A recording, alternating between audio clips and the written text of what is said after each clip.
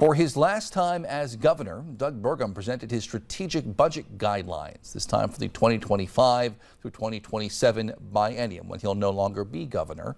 We're now 9 months into the two-year budget cycle, and state general fund revenues are running nearly $213 million ahead of forecast. But the guidelines call for agencies with budgets of more than $10 million in general funds or special funds to find a 3% reduction.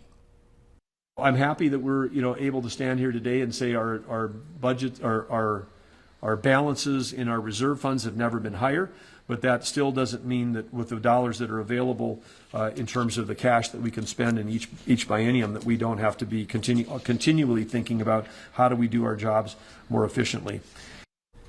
Remember, these are just guidelines, so agencies will still have opportunities to submit proposals.